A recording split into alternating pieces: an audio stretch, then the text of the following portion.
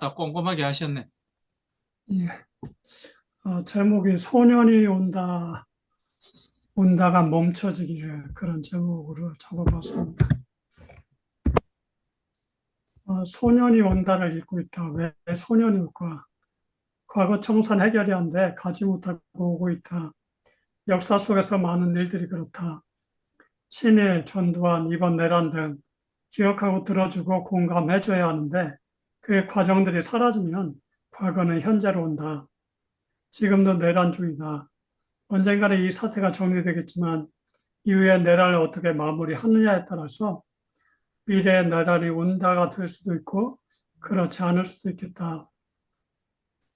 당신이 죽은 뒤 장례식을 치르지 못해 나의 삶이 장례식이 되었습니다. 당신이 죽은 뒤 장례를 치르지 못해 당신을 보았던 내 눈이 사원이 되었습니다. 당신의 목소리를 들었던 내 귀가 사원이 되었습니다. 당신의 숨을 들이마신 헛다가 사원이 되었습니다. 내란 트라우마로 인해 한 사람 한 사람이 사원이 돼간다. 현실 속에서 내란이 온다가 되지 않기 위해 최선을 다하는 날들이기를 페북에 메모했던 글을 옮겨왔습니다. 한강 작가는 70년생이다. 50대 중반 정도 됐다. 가부장적인 삶을 경험했고 근대와 현대를 같이 겪었다. 또 소설가 한승원의 장녀다. 아버지는 전남 장흥 출신이고 한강 작가도 그런 면에서 소년이 온다 무대가 낯설지는 않았으리라. 작가에 대한 느낌 말할 때 차분하고 어둡다라는 인상이다. 생각해보니 한 작품의 장편일 경우는 1년에서 7년 정도 걸린다. 작가는 작품 속에 너무 오래 머물러서 그렇지 않았을까 생각해본다. 배우가 연기를 하다 보면 작중 인물에 몰입하듯 작가도 너무 작품에 몰입해 작품의 상황이 작가 속에 체화되지 않았을까 추측을 해본다.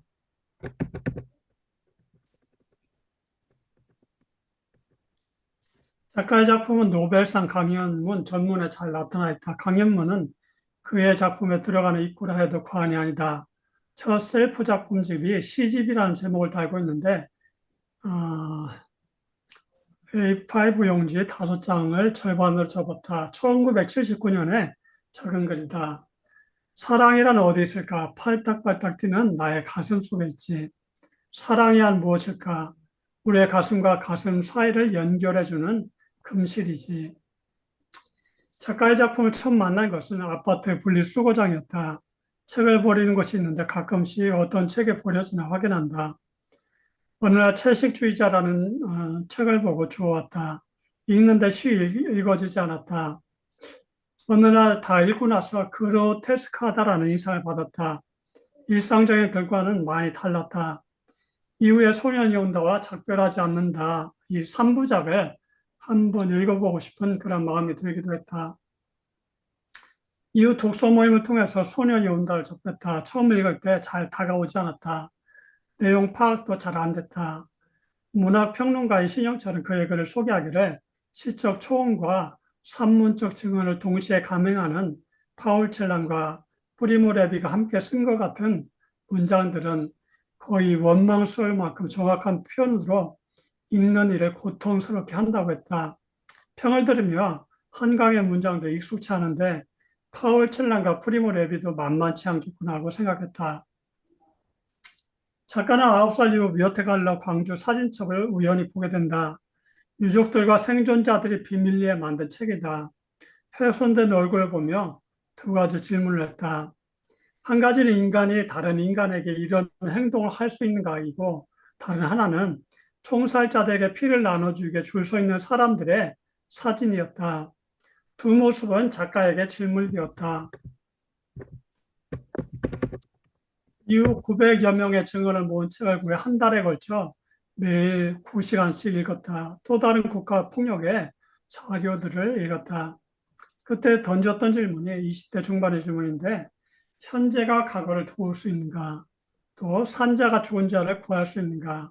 그런 질문을 던졌고, 또 야학교사 박용준의 일기를 읽고서는 과거가 현재를 도울 수 있는가? 죽은 자가 산자를 구할 수 있는가? 그런 질문을 했다. 이후 과거가 현재를 돕고 죽은 자들이 산자를 구하고 있는 것을 느낀 순간들이 있다고 고백했다. 후반에 그런 질문들이 작가 자신에게 적용됐다고 이야기합니다. 또 이 질문은 페북에서도 많은 사람들이 인용을 하더라고요. 소설의 내용은 15세 중학생들이 신군과 대립하는 내용을 적고 있다. 너와 나 그리고 다양한 시점, 전 지역 시점이 소녀를 둘러싸고 얽혀 있다. 과거, 현재 그리고 현실과 상상이 얽혀 있다. 마치 무라카미 하루키의 글을 읽는 듯한 인상을 받았다. 1장은 어린 새이다. 동호와 정대가 나오고 누이 정미가 나온다. 소설은 21일부터 시작한다. 5.18에 18일부터 시작하는데 이 소설이 21일부터 시작한다는 거죠. 그 과정에서 내가 이해할 수 없었던 한 가지는 입관을 마친 뒤 약식으로 치른 짧은 추도식에서 유족들이 애국가를 부른다는 것이었다. 나라가 그들을 죽였는데 나라의 노래인 애국가를 부른다. 이해되지 않을 수 있다. 그 사람들을 어떻게 나라라고 부를 수 있어? 은숙의 말이다. 둘의 대화를 통해서 나라가 무엇일까 질문해 본다. 명령권자가 나라일까? 군인이 나라일까? 당한 사람이 나라일까? 나라 국가라는 것이 약간 그 추상적인 거고 좀 애매모호하죠. 이 장은 검은 숨이다. 유령의 숨이다. 사람의 숨이 아니기 때문에 검은 숨으로 지은 것 같습니다.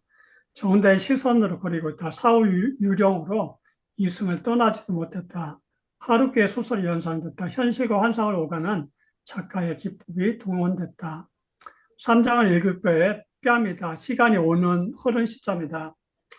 학교 나와서 출판사에서 일했는데 당시 검열이 있었고 번역가를 수배했다. 뺨 맞으면서 그것이 트라우마가 됐다. 은숙은 마지막에 도청에서 나왔는데 이후에 화장도 하지 않고 늙기만 바랬다. 트라우마는 고통을 강한 자들이 가져야 하는데 강한 자들이 가졌다. 아이러니다. 아까도 읽은 글인데요. 당신이 죽은 뒤 장례식을 치르지 못해 내 삶이 장례식이 되었습니다. 당신이 죽은 뒤 장례를 치르지 못해 당신을 보았던 내 눈이 사원이 되었습니다. 당신의 목소리를 들었던 내 귀가 사원이 되었습니다. 당신의 숨을 들이마신 허타가 사원이 되었습니다. 봄에 피는 꽃들, 버드나무들, 빗방울과 눈송이들이 사원이 되었습니다. 날마다 찾아오는 아침, 날마다 찾아오는 저녁들이 사원이 되었습니다. 계속해서 처음에 당신이 또 후반에 사원이 되었습니다. 그것이 반복함으로만 인해서 귀에 더 잘 꽂히게 그렇게 시를 쓴 것 같습니다. 사장은 새와 피이다. 1990년대고 10년이 지났다. 1인칭 나이고 살아남았다. 연구자 윤에게 자기 이야기를 들려준다. 5장은 밤의 눈동자인데 미실사 손주의 이야기고 2000년이다. 동화와 함께 시신에 대해 보존하고 기록했던 사람이다. 그리 과거 현재 사람과 유령이 오락가락한다. 이해가 어렵다. 연구자 윤이 녹음기와 테이프를 보냈다. 그런데 테이프를 보내고 증언하는 것이 고통이다. 30cm 나무자가 작은 꽃까지 수십 번 후벼 들어왔다고 증언할 수 있는가? 소총 개머리판이 자궁 입구를 찍고 지디겼다고 증언할 수 있는가? 지옥이 따로 없다. 지옥이 있다 해도 이것보다 더 할 수 있겠는가? 이후 동호 사진을 발견하고서 살아갈 힘을 얻었다. 6장은 코핀 쪽으로다. 2010년이다. 동호 엄마의 독백이다. 목숨이 새심줄 같아서 너를 잃고도 밥이 먹어졌지. 정대의 아버지까지 떠나 괴계한 문간채는 밖에서 사물쇠로 채워버리고 꾸역꾸역 가게에 나가 장사를 했지. 마지막으로 에필로그는 작가가 왜 소설을 쓰게 됐는가 이야기하고 있다. 소설의 끝은 꽃핀 쪽으로 눈 덮인 램프와 같은 밝음을 지향하고 있다. 역사의 고비마다 그냥 따라가는 사람이 있고 생각하는 사람이 있다. 이유는 내가 페북에서 쓴 글을 가져왔다. 내란의 성공침부터 요인 중 하나는 사회 곳곳에 끼어있는 시민들이 있었어. 함석헌 선생의 CR이라는 이름으로 일컫던 이들이다. 군인, 경찰, 경원 등. 때 시민들은 한나 아렌트의 예루살렘의 아이엠만이나 함석헌 선생의 생각하는 백성의 일하야 산다를 안 봐도 되겠다. 네, 여기까지입니다.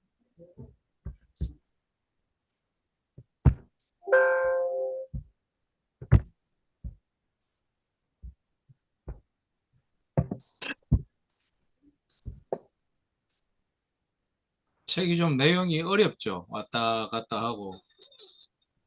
그렇게 해서 어렵죠. 아마 젊은 애들도 그 어떤 문학적인 그 줄기를 잡고 있지 못하면 굉장히 좀 책 읽기가 중간에 많이 놓아버리고 그러죠. 마치 저는 그 보면서 그 톨스토이의 까르마조프의 형제들 그 보면 이름이 수업 별명까지 해서 그래서 메모하면서 그 읽어야 되는 또 책이고 또 이게 우리 그 현대사를 정통으로 그 폐부를 찢으면서 들어오기 때문에 어떤 사람은 또 읽으면서 고통스럽고 또 어떤 사람은 읽으면서 답답하고 예, 뭐 시원한 건 하나도 없고 답답하고 좀 그렇죠.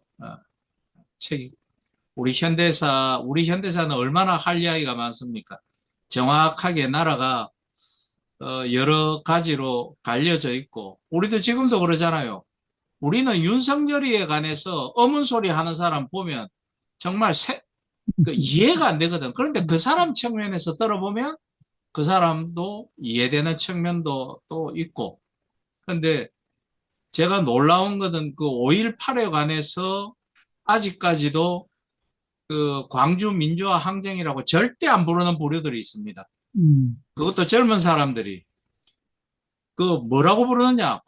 아직도 광주 사태라고 한단 말이에요. 얼마나 많은 세월이 흘렀고, 얼마나 많은 정원이 있었고, 얼마나 많은 고통을 안고 있는 유족들이 지금도 살아있고, 그, 그 일 때문에 우리나라의 민주화가 이렇게 되었다라는 그 사실이 있음에도 불구하고 아직도 그냥 광주 사태라고 이해하고 그렇게 몰고 가려는 사람들이 있단 말입니다. 그 사람들은 여전히 뺄개이고. 예. 그러니까 우리나라는 좌파 운동하면 무조건 그 종북으로 딱 몰아붙이면 할 말 없잖아요. 우리가 그런 역사를 가졌기 때문에. 그래서 제가 사실은 이 한강의 소설을 읽기 전에 이 앞에 소설가들이 우리 6.25 동란에 대해서 뭐라고 증언하고 있는지, 뭐라고 썼는지, 이렇게 좀 쭉 와야 돼요. 사실은 그 앞에까지 가면 친일의 역사부터 쭉 쫙 읽어야 돼요. 그러니까 그 한강책이 그렇게 해서 읽기가 많이 어렵고, 사실 요번에 한강이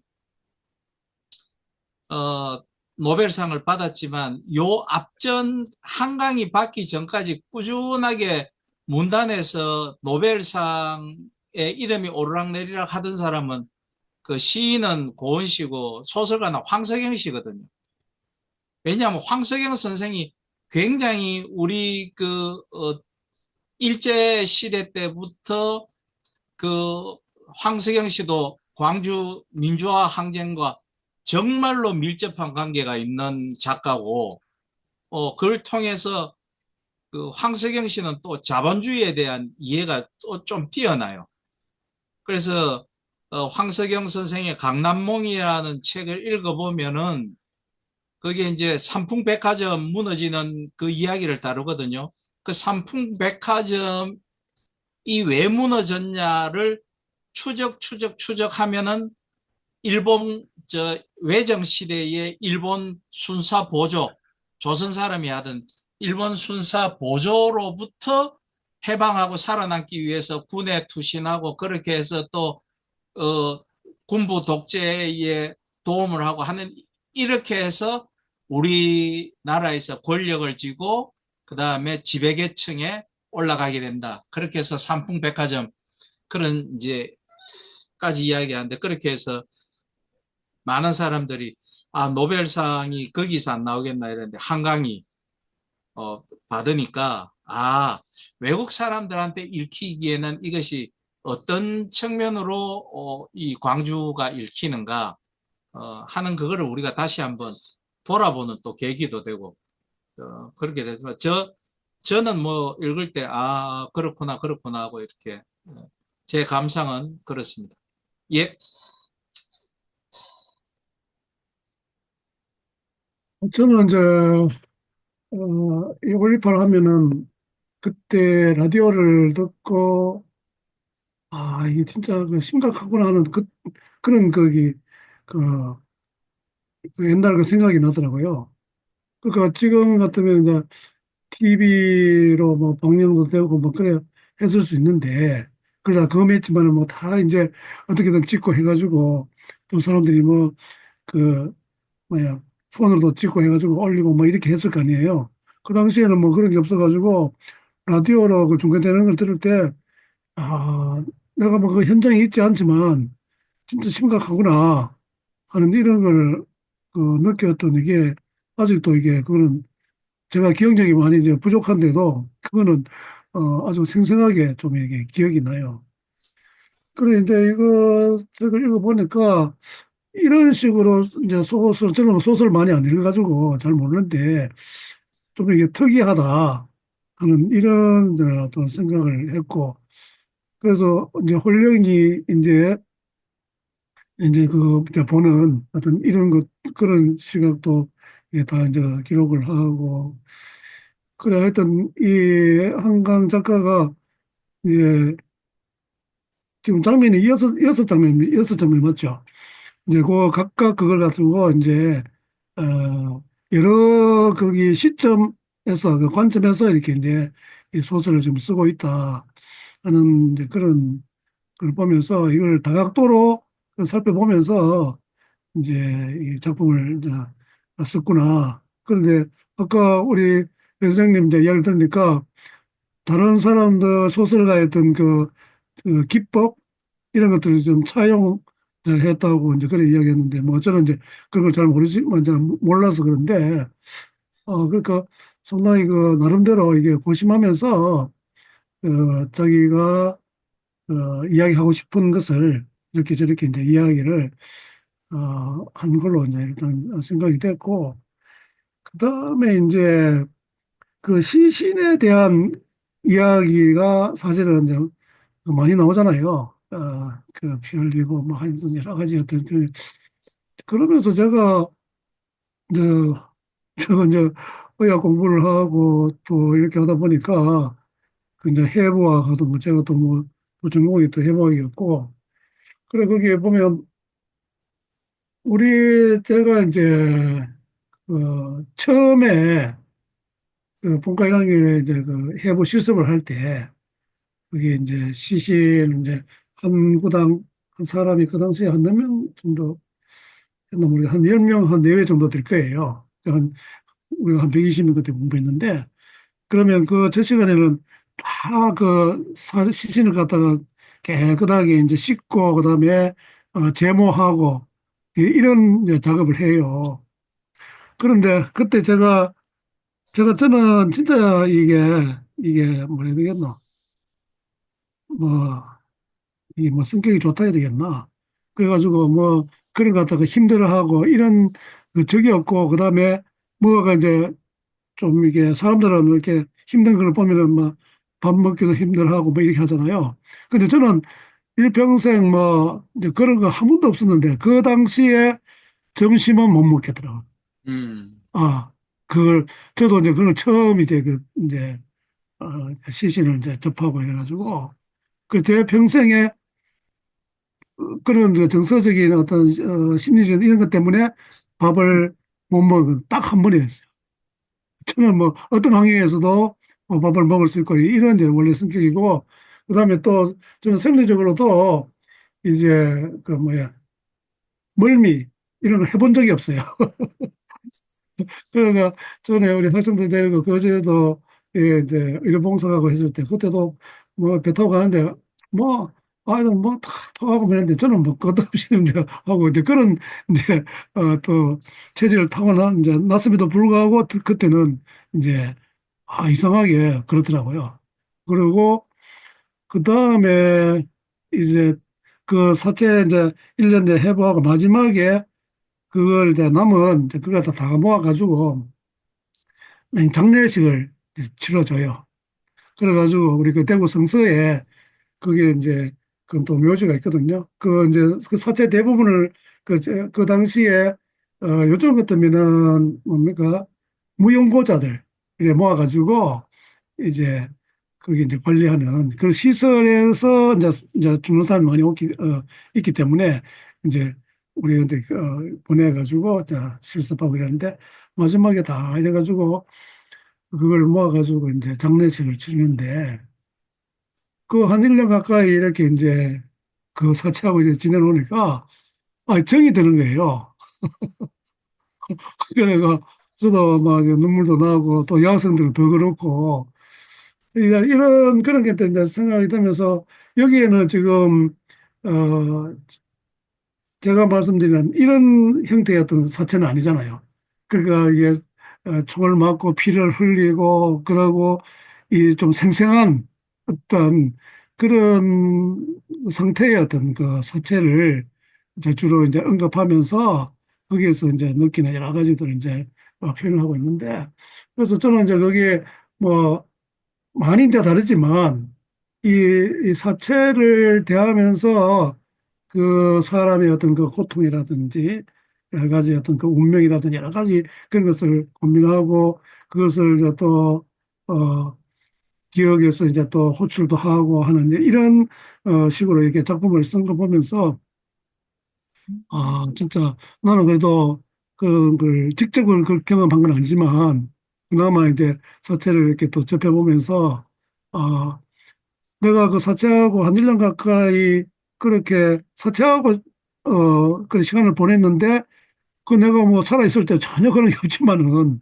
이게 이제 정이 들 정도로 이렇게 이제 느꼈는데 그 살아있을 때 같이 밥을 먹고 같이 이야기를 하고 같이 뭐 고통을 나누고 또 기쁨을 나누고 한 그런 사람이 눈앞에서 죽어가고 한 이런 것들을 갖다가 그렇게 이제 묘사 이제 하면서 그때 그 사람들이 느끼는 그 감정, 또 그 가해자에 대한 어떤 아주 이제 좀 표현하기 힘든 어떤 그런 감정, 뭐 이런 것들이 다 엉켜가지고 이런 한 작품을 이제 만들어낸 것은 상당히 대단하다는 이런 좀 생각은 좀 들고 이것을 이게 이제 여러 관점에서 시점에서 이렇게 또 쓰기도 했고 그다음에 그게 이제 죽은 자가 산자를 이제 살리냐 또 산자가 죽은 자를 뭐 살리냐 뭐 이런 이제 그 표현이라든지 여러 가지 어떤 이런 것들을 다각도로 이렇게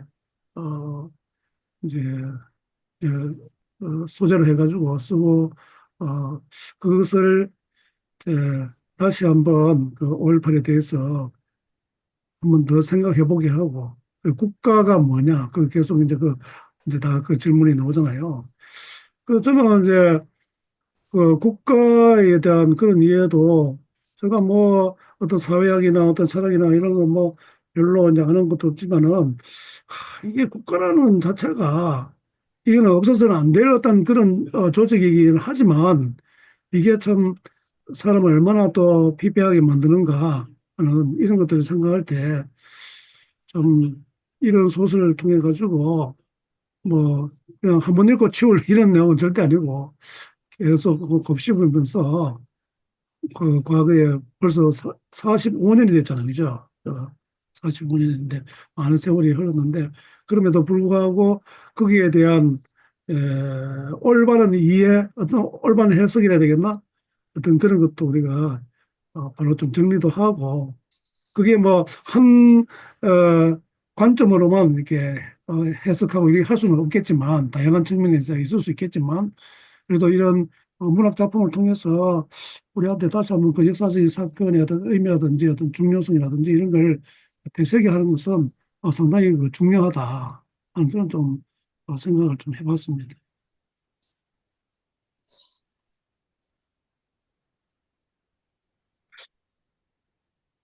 예, 저는 뭐 해야 되겠죠. 어,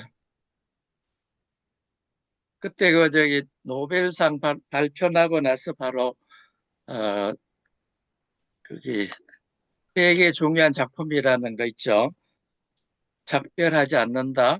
음, 채식주의자하고 여소년이 온다. 요거를 한번 봤는데 그중에 이제 이게 이 작품이 제일 좀 와닿는 것 같더라고요. 그러니까 그 광주 사태를 정말 이렇게 참 실감나고 와닿게 이렇게 표현을 한다는 게 참 보통 작가는 아니구나 이런 느낌이 들었고 오늘 한다 그래서 다시 이제 대충 이래 보면서 마지막에 그 마지막 장을 동호 엄마의 얘기를 이렇게 다시 한번 봤는데 이게 이제 그 아이를 그렇게 보내고 나서도 참 그야말로 참 자식은 뭐 가슴에 묻는다는 식으로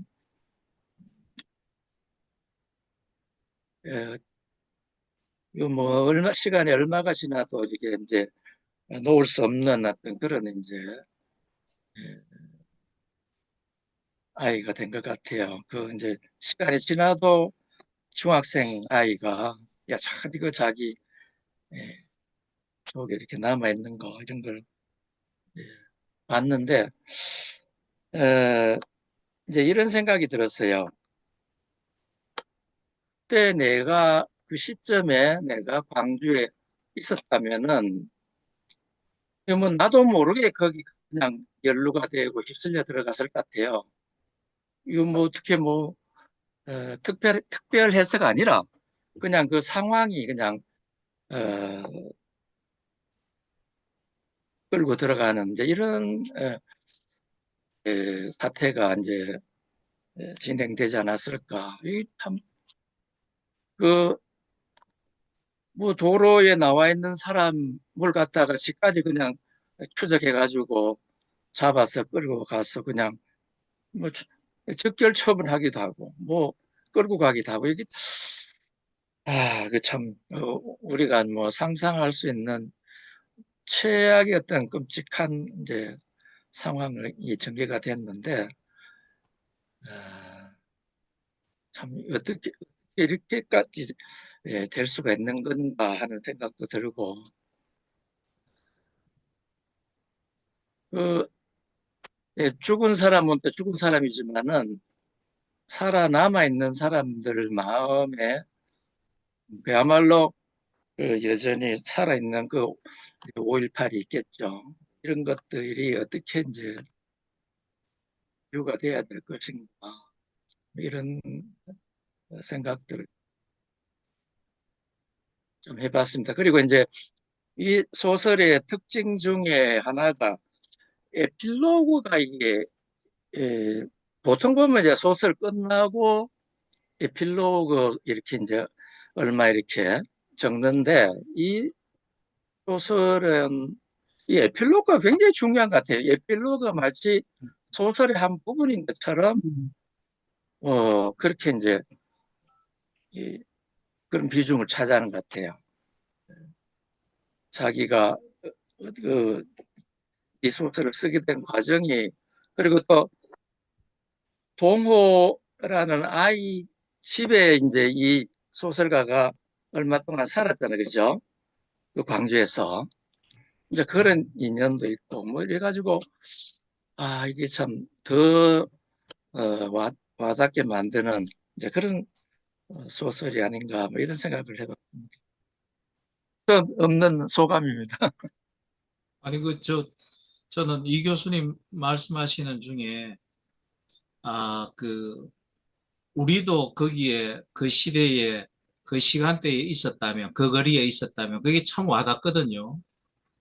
어떤 뭐 이데올로기를 떠나서, 그러니까 역사가 그런 것 같아요. 그러니까 지금 제가 이 교수님 말씀 들으면서, 이 작가가 지금 뭐 우 교수님이든 우리 배모사님이나 하시는 말씀, 그 모든 것들이 이 양반이 참 잘 녹인 것 같다. 소년이 온다라는 그 그래서 제목에서 끊임없이 우리에게 질문으로 던지기도 하고 우리에게 오는 거죠. 우리가 만약에 대구에서 그런 일이 있었고 부산에서 그런 일이 있었다면 우리도 역시 거기에 동참해서 우리도 역시 그냥 구호도 안 외쳤는데 어떤 국가라는 권력 또는 한 사람 그 당시 개인에게 주어졌던 진압군이라는 권력에 우리도 희생되지 않았을까. 그런 것들을 많이 우리가 보잖아요. 특히 그, 그 당시에 진압군들이 그 광주에 내려가서 그러니까 자기들은 휴가도 못 가고 충정훈련에 오랫동안 그 옷도 못 벗고 뭐 엄중한 그 시간을 지내다가 광주에 내려가서 이제 저놈들 때문에 우리가 휴가도 못 가고 우리 외출 외박도 안 되고 이렇게 동원됐구나 하면 그 작은 분노가 모이다 보니까 큰 어떤 국가의 억압적인 폭력으로 변하는 게 됐는데 우리가 그런 걸 많이 보잖아요. 그 소설 중에 완장이라는 소설이 있지 않습니까? 동네에 노는 사람한테 저수지 관리하는 완장을 채워줬더니 그다음부터 이 친구가 권력자로 돌변하잖아요. 그래서 동네 사람들을 억압하고 결국은 그 소설가가 거기에서 이야기하자는 게 한 사람의 폭력 또는 그것이 국가의 폭력을 이야기하고 싶었는데 그런 이야기들이 총체가 돼서 한강이 있었고 그 일이 만약에 우리 대구에서 일어나고 부산에서 울산에서 그런 일이 일어났다면 어땠을까? 이 교수님 또 말씀하시니까 갑자기 역사란 이런 거다. 장소를 달리해서 우리에게 다가올 수도 있는 게 아니겠나 이런 생각이 또 들었습니다. 예. 책 제목들이 뭐 소년이 온다, 작별하지 않는다 그런 제목들 통해서 과거의 그 소년, 죽은 소년이지만 현재 살아있는 우리한테 와서 말을 거는 듯한 그런 예. 부분이 있고. 작별을 못하죠. 우리 이 현대사니까 작별하지 못하죠. 작별하지 못하고 끊임없이 이야기하지 않습니까? 그 최근에 광주 민주화 항쟁 관련해가 다큐를 보는데 고등학교 선생님 신혼부부인 고등학교 선생의 부인이 남편 소요는 일어났고 남편을 기다리다가 임신 5개월인데 그 진압군의 총에 맞아가 죽죠. 그래서 그 묘비에 묘비명을 썼는데 그거 보고 제가 되게 많이 울었습니다. 되게 많이 울었는데 그 묘비명이 여보 당신은 천사였소. 뭐 너무 많은 말이 함축되어 있잖아. 그날의 상황, 그 자기 부인에 대한 애틋한 사랑 이런 게 다시 우리 사회에 되풀이되어서는 절대 안 된다라는 걸 가지고 우리 나름대로 영향력을 발휘해서 뭐 교회에서든 학교에서든 이야기해 주는 게 뭐 좋을 것이다. 이런 생각이 또 듭니다. 예. 폭력이라는 이 주제가 개인적인 차원에서 뿐만 아니고 사회적인 또 국가적인 그 차원에서 그 폭력 이유는 뭐 인류 역사에 뭐 이제 그 뭐 계속 있어 왔던 거잖아요. 어, 그런데 이게 이제 어떤 이제 그 국가 간의 뭐 전쟁 일어나고 이런 거는 우리가 또 많이 또 경험도 하고 듣고 뭐 이제 많이 일어나기도 하는데 이게 한 국가 내에서 이 국가 권력으로 이제 폭력을 행해가지고 무고한 사람들이 생명을 잃고 하는 이런 거를 보면은 진짜 그 국가가 뭘 해야 되는가? 사실 그 국가의 그 의무는 국민의 그 안녕에 있잖아요. 제가 뭐 그 사회학적 이런 걸 잘 모르지만은 제일 기본이 거기에 있는데 그걸 갖다가 완전히 뭐 뒤집어 가지고 그렇게 이제 그 사람들이 좀 불안해서 살 수 없는 이런 세상을 이제 만들어 가니까 이게 그, 그런 그 전조가 이미 박정희 그 군부 그 이제 시절에 이미 다 그 있었잖아요. 다 뭐, 저는 그때 그 이제 그 예과 다닐 때가 그때 그게 뭐, 그 장발 단속하고, 그다음 미니스커트 자제해가지고 하고, 이제 그 시절이었잖아요. 저도 오기가 있어가지고, 아주 사소한 건데, 너, 그래, 그, 이제, 우리 그때 이제 여권은 그쪽에, 사목동에, 거기에서 이제 근무를 했는데, 가는데, 경찰이 부르는 거야. 왜 이 장발이라는 거야. 너가 생각할 때 전혀 그런 게 아닌데, 내가 뭐, 그, 어, 일부러 뭐, 이제 장발을 하고, 뭐, 요즘 뭐, 그 당시에도 좀 그런 사람도 있기도 하고, 요즘도 이제 그렇잖아요. 나는 전혀 그런 게 아니고, 내가 생각할 때 머리 약간 좀 긴 것뿐인데, 그래가지고, 이게 이제 머리를 깎고, 이제 이튿 날 검사하러 그러는 내가, 내가 좀 오기가 있어가지고, 완전히 삭발을 하고 갔거든. 삭발을 하니까, 그 경찰이, 기가 찬 거, 웃으면서 가라고. 그 아주 작은 거지만은, 이게, 그거 완전히 이제 사람 열받게 하는 거예요. 아니, 이게 국가가 해야 될 일이 뭐 이런 걸 가지고 하는가, 이래서 싶은 생각이 많이 드는 거예요. 그리고 이제 또 본가 그때 3학년에서 4학년 올라갈 때인가, 그때 이제 그, 이제 휴교령 대모가 해가지고 휴교령 내리고 이랬단 말이죠. 그래, 이제 그때 이제 이듬해 이제 봄이 돼가지고 계약을 해야 되는데 이 명분이 없잖아요. 국가에서 무조건 휴교를 시켜가지고 그래가지고 다 이제 이제 각서 이걸 쭉 이제 써내게 하는데 거기 보면은 우리 앞으로 대목 안 읽었고 뭐 했으니까 이제 이제 문을 열어주시오 이런 식으로 되죠. 내가 가보니까 나 대목 안 했는데 이걸 하라고 그래가지고 우리 반 전체 뭐 이제 이제 총대가 다 그걸 받아다니는데 나는 그거 안 썼거든요. 그러니까 이게 이제 다 소문이 난 거예요. 소문이 나고 그다음에 학생과장한테 이제 다 보고돼 가지고 그럼 내가 이제 그것도 고등학교 다 후배고 하니까 내한테 뭐 어떻게 하지도 못하고 그래가 학생까지 부른 거예요. 그때 또 정신과 또 선생님 교수예요. 그러니까 내가 보고 그래, 왜, 그래, 나는, 이게 보니까 나는 내가 대모도 안 했는데, 왜 이렇게, 내가 그걸 설명하고, 이렇게 이제 또 개교할 수 있도록 그렇게 해야 되느냐 하니까. 그래, 내보고, 이제 그래 하니까 이제 돌아가 내보고, 아니, 그래, 자네가, 아니, 그, 만약에 자기 입장이면 학생과장이니까, 이제 그런 책임이 있잖아요. 그럼 나는 모르겠다. 어쨌든, 이건 내가 하는 게 아니고. 그러니까 그 당시에 이제 지도 교수 그 제도가 있었거든요. 그러니까 자기 친구가 또 산부인과 그 과장인데 또 연락을 또 한 거예요. 그러니까 또 분리가 가지고, 나 그래도 못 쓴다. 그러니까 이제 내까지 간다면 아버지한테, 어제 또 초등학교 교사로 다 계셨는데, 그러니까 아버지는 막 이제 겁이 이제 겁을 먹는 거예요. 이러면은 이제 밥통 떨어진다.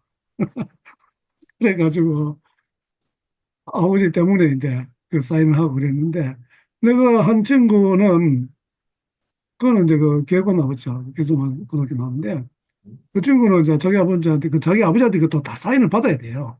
그래가지고, 거기는, 지는 사인해가지고 아버지한테 가니까, 그것도 당는데, 아마 그러니까 고등학교 교사인가 뭐, 그래 했을 거예요. 자기 아버지는 보더니 짝짝 다 찢어져가지고 버리버렸는데,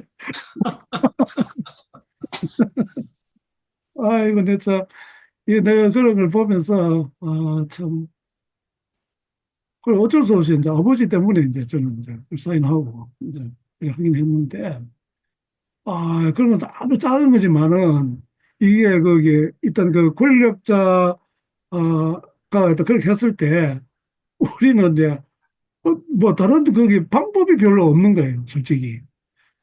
이걸 하든지 안 하든지 이제 둘 중에 하나고 안 하면은 이제 뭐 이제 나중에 잡혀가든지 뭐 이런 건데 저는 뭐 유치장에 가고 뭐 구치소 가고 이런 경험은 전혀 없지만은 사람들이 이래 가지고 이제 다 이제 연행되고 뭐 이렇게 고통을 당하고 이래 되는구나. 그 별거 아닌데 자꾸 이제 그렇게 침소봉대가 되기도 하고 여러 가지 어떤 그 상황 가운데 그렇게 이제 되는 것 같아요. 그래서 저는 뭐 아주 작은 거지만은 이제 그런 것들 이렇게 경험하면서 야, 이게 진짜 이게 그 권력, 그다음에 그 폭력, 이게 우리가 좀 뭐 그야말로 신체적인 어떤 폭력 이것도 참 안 되지만은 이 권력을 이용한 그 폭력 이거는 이게 조직적으로 그렇게 되는 거는 이거는 뭐 너무 이거는 진짜 큰 죄악이다. 예, 그런데 이걸 인간이 죄인이다 보니까 그게 이제 해결되기 참 힘들고 그래서 결국 이제 우리가 다 크리스찬이니까 예수님의 어떤 방법밖에 없는데, 어? 그게 이제 무저항주의고 평화주의고 한데, 또 그것도 현실적으로 그래 해나가는 것이 얼마나 힘든 일인가 하는 이런 또 많이 또 생각이 들기도 하고, 그 지금 뭐 그 계엄 그 사태 이런 것도 보면 결국은 하나의 그 폭력이잖아요. 폭력을, 예, 권력을 가진 자로서 이제 그런 잘못된 이제 폭력을 이제 현수하니까 지금 이 선택까지 왔는데, 참 이런 그 소설을 보면서 저는 사실 이게 젊은 시절에 뭐 소설 뭐 조금 보긴 했는데 별로 이제 뭐 중요성을 잘 몰랐는데 나이가 들수록 아, 이 소설이라 문학이라고 하는 이 툴이 진짜 너무너무 중요하구나.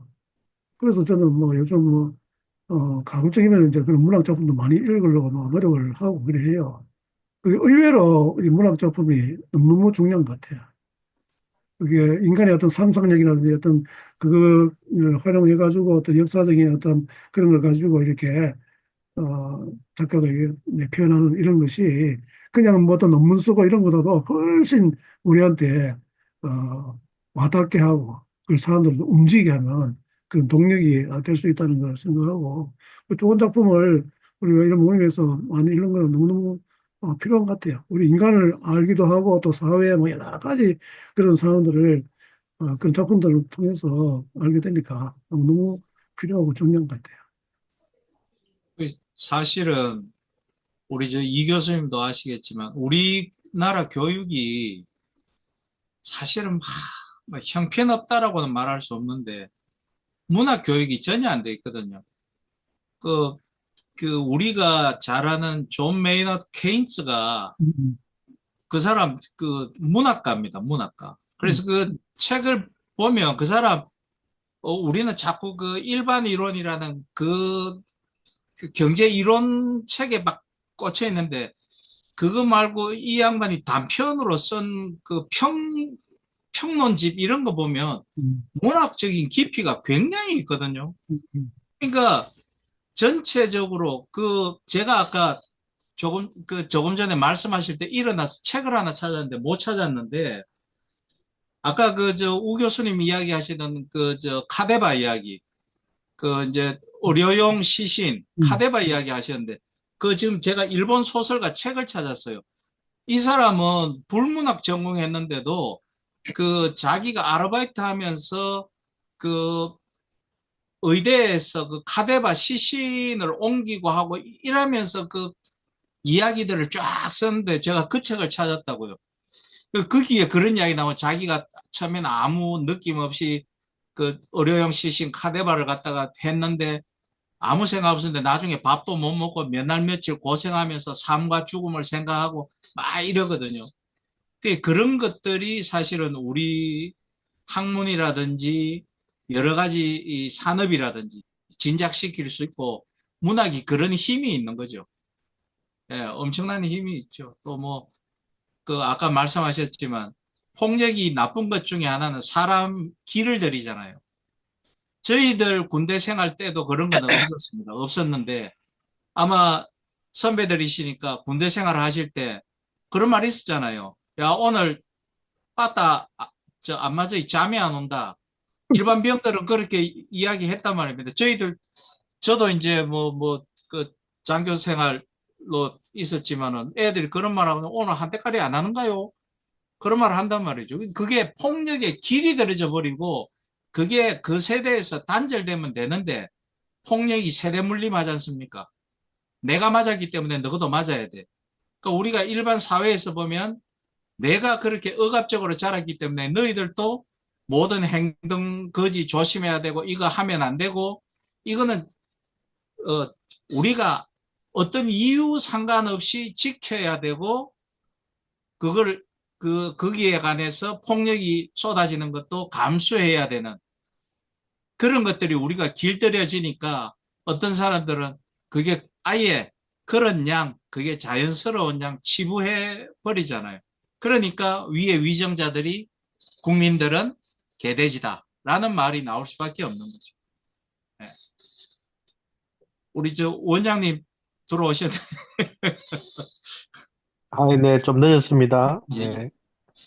네, 책 읽고 느낌 소감 이야기하고 있습니다. 네네네. 예, 우리 다 했으니까 한번 아, 이야기하시죠. 예. 저도 이렇게 한강 작가의 글을 쭉 읽으면서, 뭐, 소년이 온다도 그렇고, 또 그 뒤에 뭐, 4.3, 그, 책도 그렇고, 어, 상당히 인간의 그 내면에 있는 부분들을 한강 작가가 굉장히 섬세하게 표현하는 걸 느끼면서, 저는 이 소년이 온다, 뭐, 전체 주제를 본다면, 뭐, 슬픔이랄까요?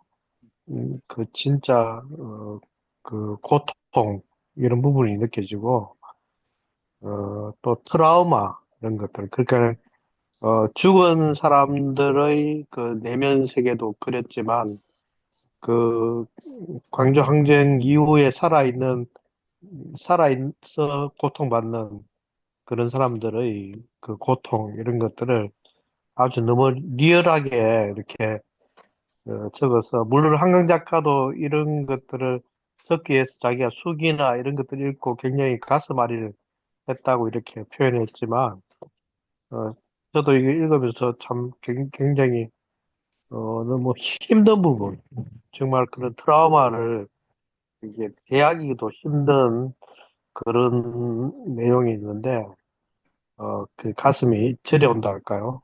그렇게 느껴지고, 그 뭐 앞에서 이야기했는지 모르겠지만 우리 배 목사님께서 말씀하셨지만 그 뭐 이렇게 그 가슴과 가슴을 잇는 그런 글을 통해서 죽은 자를 이렇게 환원해서 우리 시대에 그 사람이 잊혀지지 않도록 이렇게 기억하게 했다는 그런 내용들이 좀 와닿았고, 그래서 정말 이런 이런 부분들을 사실은 소설이지만 또 이렇게 그 역사적인 사실들을 드러내서 사람들에게 그 진실을 알리고자 하는, 뭐 이게 100% 진실은 아니겠죠. 그렇지만 또 그런 부분들을 모르고 있는 우리 다음 세대들에게 이 소설을 통해서 알렸다는 부분은 좀 굉장히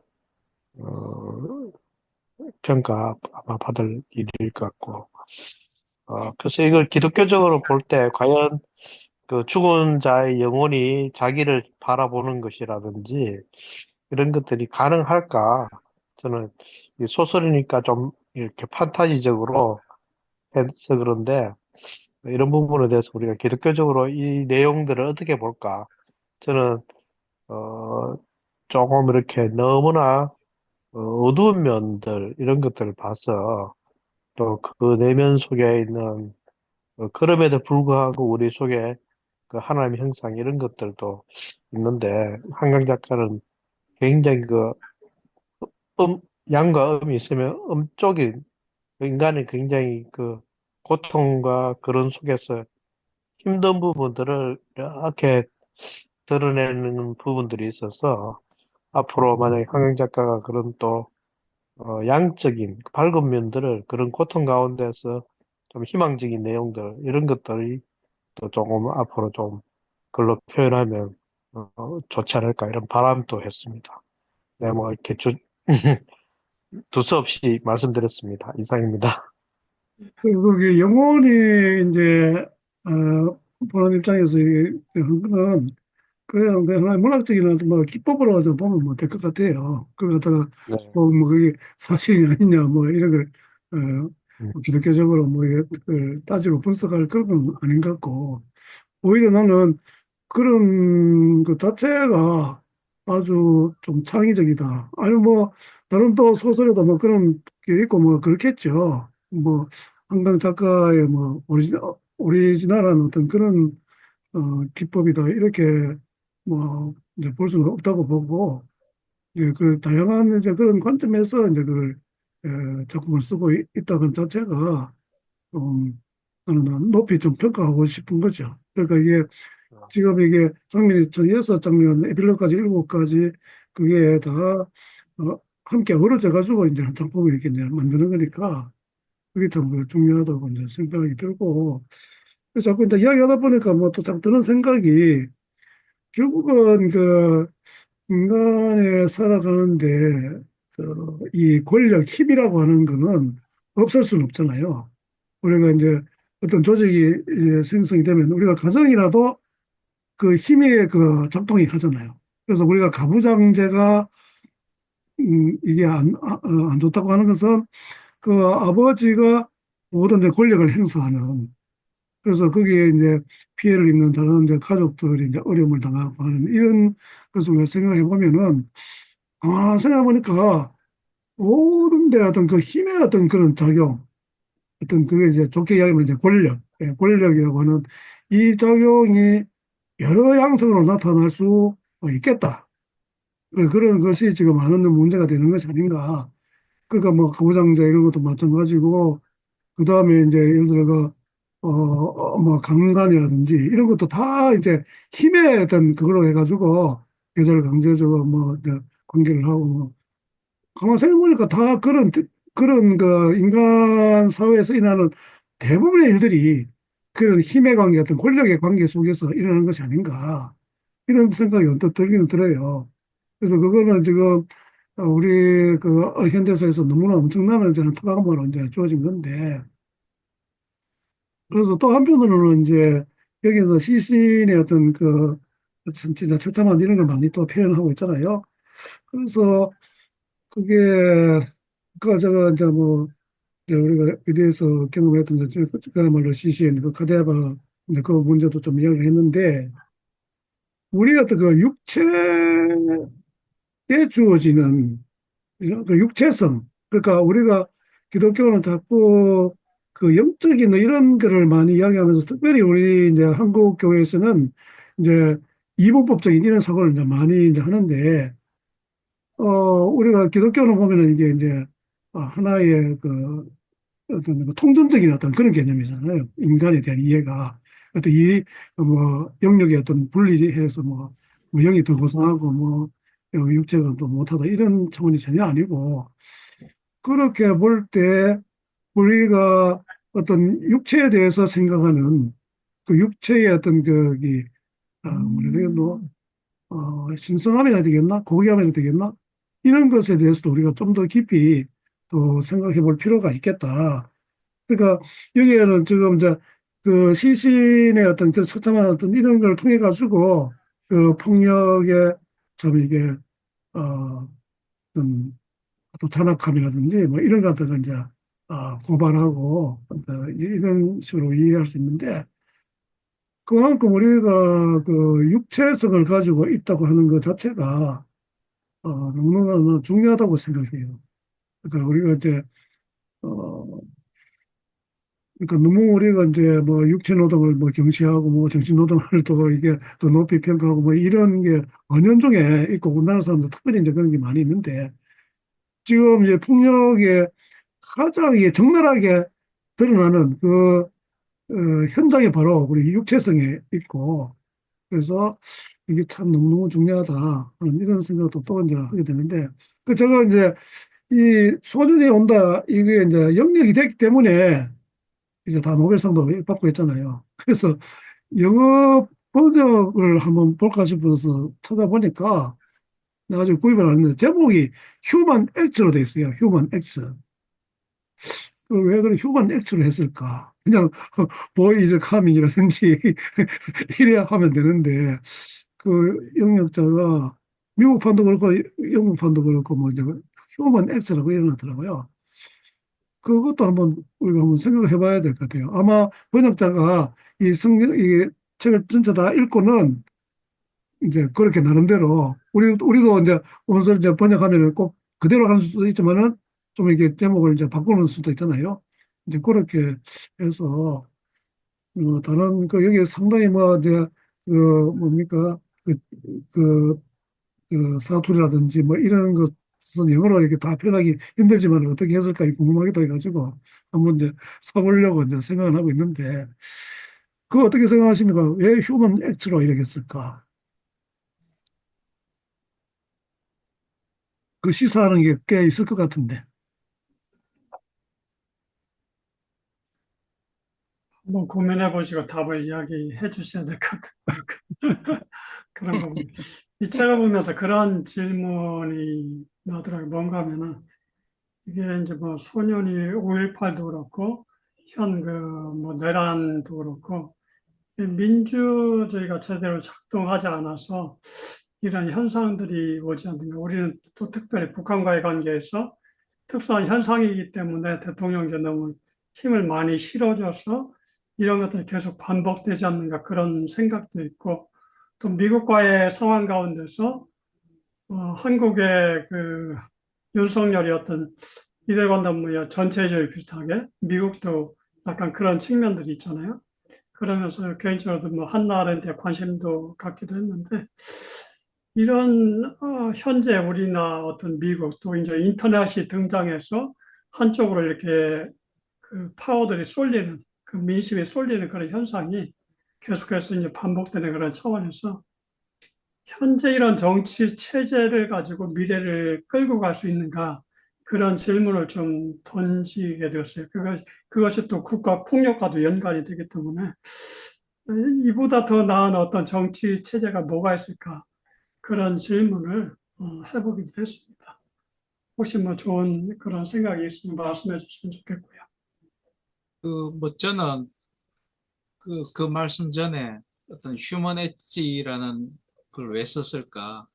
뭐 총체적으로 봤을 때는 우리 인간의 위기, 인간의 죄성에서 그런 그 영역이 나오지 않았을까라는 또 생각을 했고, 저는 아까 그 장 원장님이 아주 중요한 역시 이런 그 모임이 참 좋구나라고 생각했던 게, 기독교적인 시각에서 기독교인의 시각으로 그 책을 보셨다는 게 상당히 그 중요하다. 그 생각을 하게 됐습니다. 그게 이제 아까도 우리가 말씀드렸지만 황석영 그 소설가 황석영 선생 어머니가 그 권사님이거든요. 그 자기는 또 여기 범어사에서 머리도 한번 깎았고 그 자기 어머니한테 이제 잡혀가지고 올라가고 그러니까 어렸을 때부터 기독교적인 집안에서 컸는데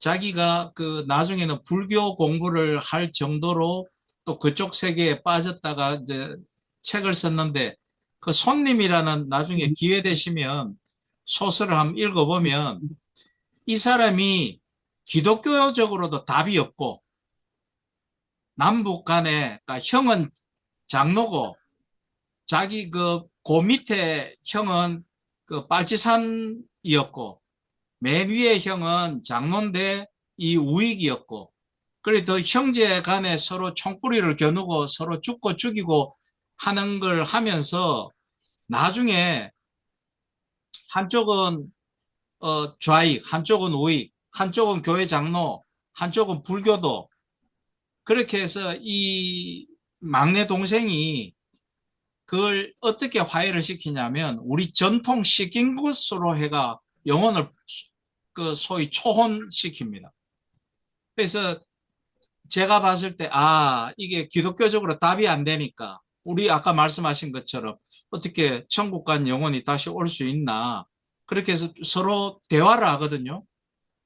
어, 그런 측면으로 작품을 보는 것도, 뭔가 그 작품을 읽는 사람의 정신세계가 세계관이 확장되는 데는 상당히, 좋을 것이다. 이런 생각이 또 듭니다. 그럼 또 아까 배 목사님 쓴 글에 파울 첼란 이야기가 나오는데 파울 첼란 책이 왜 어렵냐면 완전히 포스트 모더니즘 철학으로 책을 쓰거든요. 그 연금술사 같은 책도 좀 어렵고 아크라 문서 같은 책도 보면 아주 환상 소설 같은 느낌도 들고 그렇습니다. 그래 거기에 기독교 세계관 이게 이제 우리가 읽으면서 우리가 여기에 어떤 기독교 세계관적인 뭔가 실마리를 끄집어내어서 나중에 우리 말고 다른 크리스찬들이 읽을 때에 우리가 그거에 관해서 조언을 좀 해줄 수 있지 않겠나 이런 생각이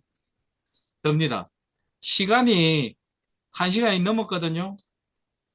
우리 한 우리가 시간 이제 정도 됩니다. 2시간에 예, 더. 한 시간이 지나서 우리 다음에 그 책이 누구죠? 장 선생님 그 C.S. 루이스. 아, C.S. 루이스입니까? 그 책의 이름이 진정한 기독교 뭐였죠?